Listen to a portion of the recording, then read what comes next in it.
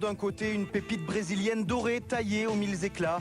Kaká, Ronaldo, Ronaldinho, Adriano, force offensive, bijou d'une nation à l'ambition suprême. En face, c'est le diamant brut, originel, le Ghana, patrie d'orfèvre. La pierre est pure, naturelle. Ghana-Brésil, choc au pays des magiciens donc. L'ambiance est joviale, le Brésil n'a d'autre choix qu'une victoire. Le Ghana, lui, rêve d'exploit.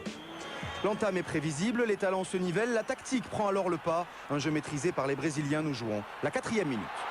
Occasion de but énorme, occasion de but, ah, il est passé, et il va convertir cette première occasion pour le Brésil. Un jeu de l'alignement fatal aux Ghanéens, c'est un Ronaldo légende qui ouvre le score, critiqué, contesté. Ronaldo inscrit là son 15e but en phase finale de Coupe du Monde. Il fait noméno, entre définitivement dans l'histoire et efface des tablettes le précédent record de Gerd Müller. Dans l'instant, il permet surtout au Brésil de mener 1-0. 10 premières minutes cauchemar pour le Ghana et l'expérience en facteur déterminant. Encore cette défense, un brin naïve. Adriano s'échappe, le duel avec Kingston. Le Brésilien s'écroule dans la surface. Monsieur Lubos Michel l'avertit pour simulation. Sanctionné Adriano, à tort peut-être. Mais une action déclic comme un paradoxe puisqu'elle sonne le réveil africain. Enfin dans le match, le Ghana fait montre de toutes ses qualités entrevues lors des matchs précédents. Spontanéité, talent, explosivité. Dramani à 30 mètres, la frappe est sèche. Dida à la parade. Michael Essien suspendu et attentif car le Ghana bouscule dès lors des Brésiliens peu habitués à subir un ballon déposé sur la tête de John Mensah. L'extension jambe droite de Dida, parade décisive du gardien brésilien. C'est l'un des tournants de cette rencontre car dans la foulée, le Brésil reprend sa marche en avant. Un exercice contrôlé à la perfection, ballon pour Kaká. Et c'est les situations vraiment qu'on revoit depuis le début de la rencontre avec Kaká, Cafu. Ouais, ça va aller au bout. Ça va aller au bout pour le Brésil. Ça va aller au bout et ça fait 2-0 grâce à Adriano. La contre-attaque est parfaite.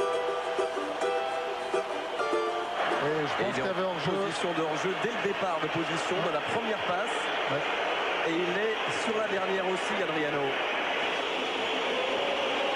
Les Ghanéens vont voir l'arbitre assistant. Il y a hors-jeu sur l'action.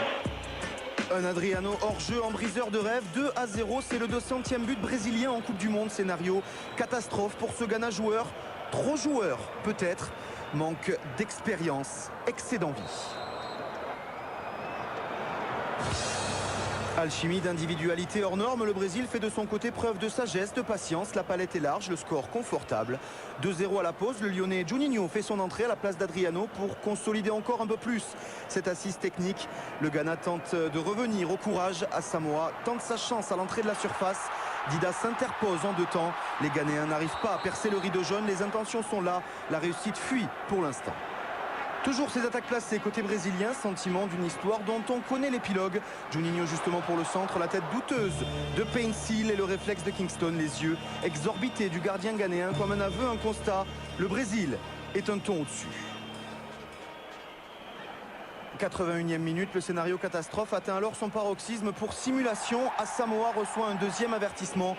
Carton rouge pour l'attaquant des Black Stars. 10 Ghanéens essoufflés face à 11 Brésiliens sereins. Beaucoup trop déséquilibrés, dévoreurs d'espace.